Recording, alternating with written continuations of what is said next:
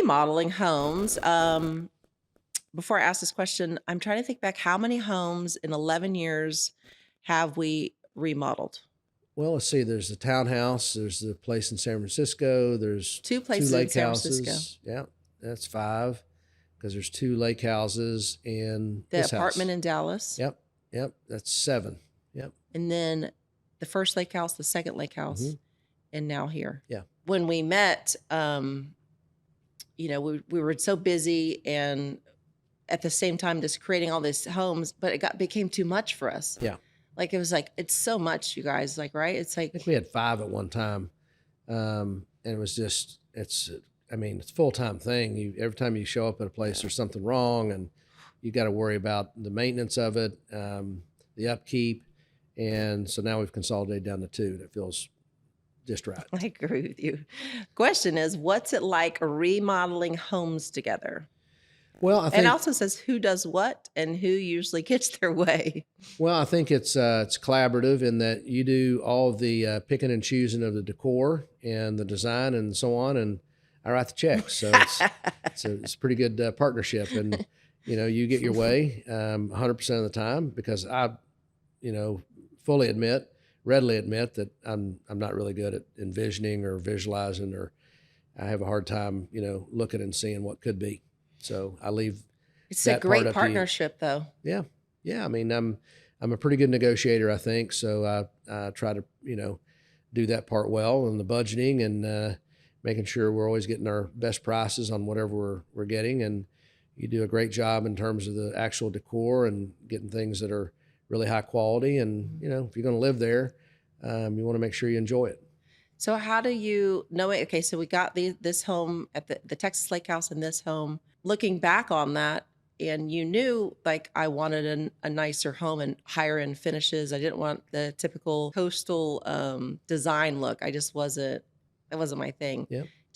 How did you feel like when it got done? Did you ever expect the house that we live in now? No, not anything close. I mean, if you look at it when we started, and it was just a totally different house, built in 1980, and the extension in '84, and it looked that way. It was almost 40 years old.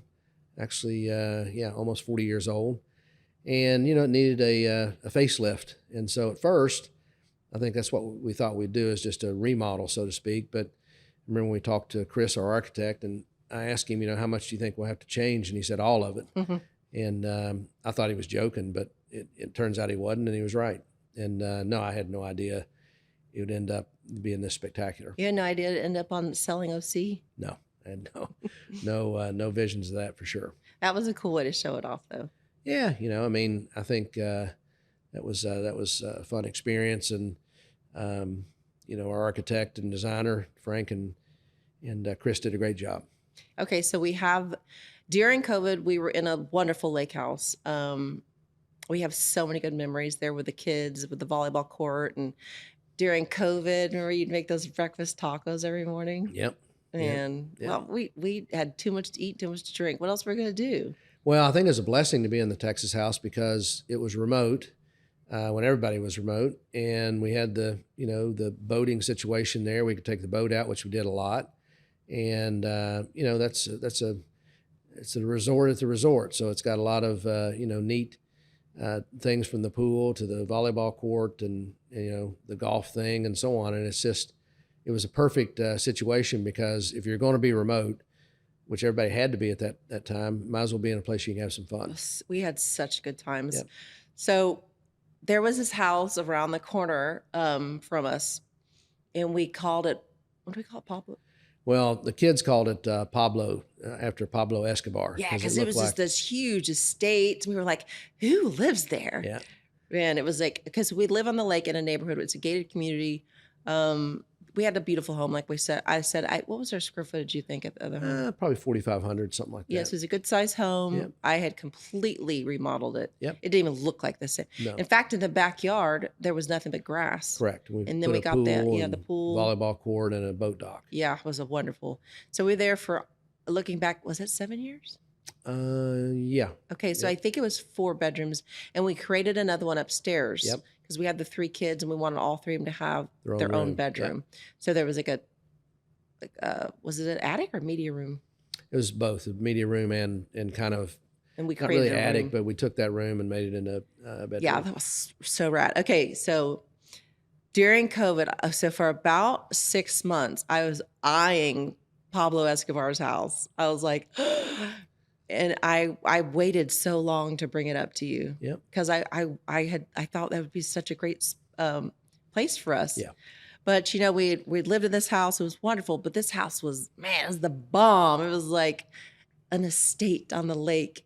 And I'm admitting this to you. I waited, and you were in such a good mood on the boat. We're on this boat ride, and I had the best thought to plant into your head. You know where it was? Yeah. I Yeah. was like, honey, we have 3 kids, we have 4 bedrooms, and one day they're going to have grandkids, and we'll have nowhere to put them. Yep. What if one day we could live there? And I pointed at the house. Yep. And that's all I said. But that was like all I said. And you're like, do you remember that? Yeah. And the thing I liked about that house, I mean, it's a really nice house, obviously, but the property itself. So in a gated community, it's gated. So it's very private, but it's a nice 3-acre parcel of land that's got habitat on both sides, so nobody can build on either side, and it's got a lot of lakefront and so forth. So the property itself, I've always been a big believer that being on the water, you're never going to do wrong or never going to do poorly on your investment, because God only made so much of it. So being on the water was always important. But in this one, I think for the lake it's on is the best lot that I've seen on the entire lake, and it's a big lake. So I've always admired the property itself. And we ended up doing a lot more to the property outside of the house once we bought it. And that was kind of the vision. And you're so good at real estate, and you're so good at thinking ahead and investment.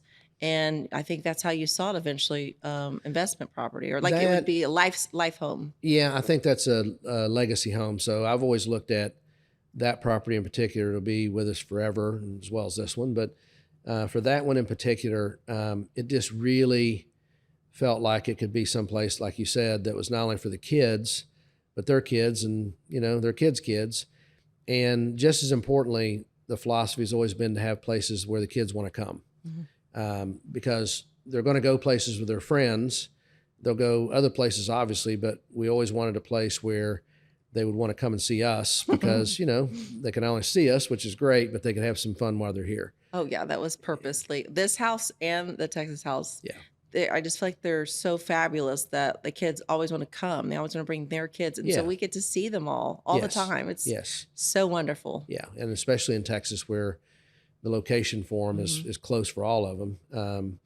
Get to see them more than probably we normally would. And it's really worked out. And I think that, there's so much variety of things to do there, that, it's someplace they come, they have fun, and no regrets whatsoever. Yeah. So I was thinking like last fall, we were there for 2 months and we hosted 6 weekends in a row. Yeah. Yeah. Remember that? It's a place, and same thing with our friends. So it's not only the kids and their friends, but our friends.